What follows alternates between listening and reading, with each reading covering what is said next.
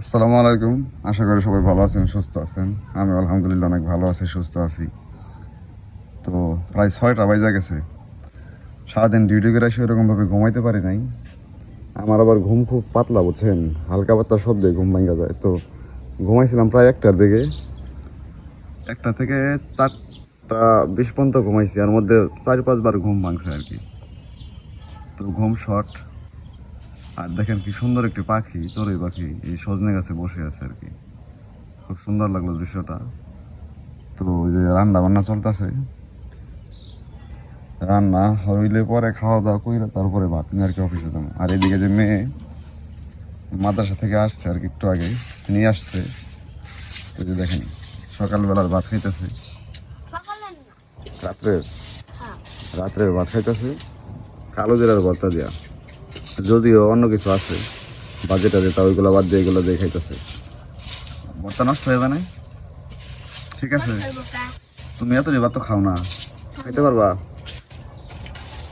আর এইদিকে হচ্ছে, এইদিকে এই যে দেখেন পাট শাক রান্না হইতেছে, পাট শাক বসাইতেছে। এটা রান্না হইতে কতক্ষণ লাগবো? আর এই যে দেখেন এইগুলো হচ্ছে এই যে ট্যাংরা মাছ, দেশি ট্যাংরা মাছ রান্না করছে।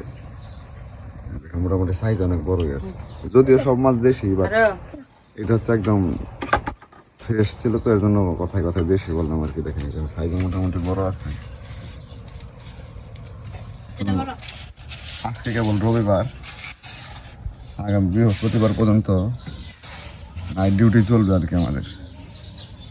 তো শরীরের মধ্যে অলরেডি একটা অশান্তি কাজ করতেছে, মানে দুর্বলতা চলে আসছে আর কি। তারপরও করার কিছু না, এইভাবে ডিউটি করতে হবে। চারিপাশটা দেখেন বিকেলবেলা কি পরিমাণে স্তব্ধ হয়ে যায়। শুধু এই শেষবেলায় পাখির কিচির মিচির শব্দ ছাড়া আর কোনো কিছুর কারণে আছে না আমার। খুব সুন্দর একটা রং ধরছে আকাশে, দেখেন আকাশটা যদিও মেঘলা, বৃষ্টি নামতে পারে রাত্রে। তো এইভাবে আর কি দিনকাল চলে যাইতেছে, ঘুমাইতে পারে না ঠিক মতো। আর দেখেন যে চাল হচ্ছে একদম, চালের উপরে কোনো গাছ নাই, এর জন্য প্রচুর পরিমাণে রোদ পড়ে। মাটির ঘর হওয়ার পরেও ঘরের মধ্যে কিন্তু প্রচুর পরিমাণ তাপ উৎপন্ন হয়, এর জন্য ঘর গরম থাকে। এর জন্য মূলত ঘুমটা কমই হয়। তাছাড়া আশেপাশের শব্দ, এছাড়া আমার নিজেরও কিন্তু ঘুম অনেক পাতলা। এর জন্য ওই বললাম না যে প্রায় 1টা দিকে ঘুমাইছি, 4টা 20 পর্যন্ত ঘুমাইছি, আর মধ্যে 3-4 বার ঘুম ভেঙে গেছে। তো এই হলো আর কি অবস্থা। আর ঘরের মধ্যে প্রচুর মশার জন্য আসলে ভিতরে থাকাটাই কষ্টকর। এর জন্য যে বাইরে ঘোরাঘুরি করতেছি। রান্না কারণ গেছে একটু আগে কারণ গেল। তো এইভাবেই চলতেছে দিনকাল। ভিডিও যে যেখান থেকে দেখতেছেন সবাইকে অনেক অনেক ধন্যবাদ। আর যারা সাবস্ক্রাইব অলরেডি করেছেন তাদেরকে অনেক ধন্যবাদ জানাইতেছি। আর যারা এখনো করেন নাই তাদেরকে স্বাগতম জানাচ্ছি চ্যানেলে সাবস্ক্রাইব করার জন্য। সাপোর্টের খুব প্রয়োজন, এর জন্য বারে বারে এই কথাগুলো বলি আর কি। তো দয়া করে সবাই সাবস্ক্রাইব করে পাশে থাকুন। আর ভিডিও ভালো লাগলে অবশ্যই লাইক করুন, কমেন্ট করুন।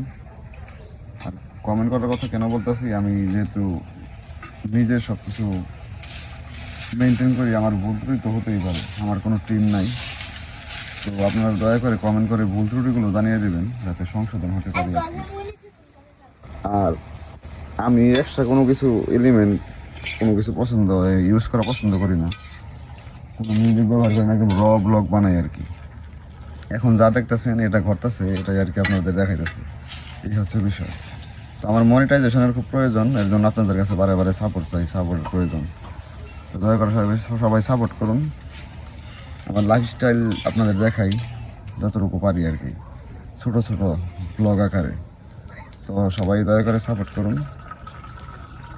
আর ভিডিও ভালো লাগলে অবশ্যই লাইক করুন, কমেন্ট করে ভুল ত্রুটি জানিয়ে দিন। খাওয়া দাওয়া শেষ করো, আজান দিয়ে দিচ্ছে। আজানের সময় তো খাওয়ান লাগে না। এত ভাত নিছো কে? নিয়ম এই যে এদিকে চাও, নিয়ম কি জানো? অপচয় না কইরা যা পারবা তাই খাওয়ান লাগে। তুমি পারবা না, এত নিছো কে? তুমি এত ভাত জীবনে খাও না, তাহলে নিয়ে নষ্ট করে লাভ, একদিন খেলে। তো গাইস অলরেডি আজান দিয়ে দিচ্ছি। তো সবাই ভালো থাকেন, সুস্থ থাকেন। আর আমাকে সাপোর্ট করতে আমার চ্যানেলটি সাবস্ক্রাইব করে পাশে থাকার অনুরোধ করছি সবাইকে। আসসালামু আলাইকুম।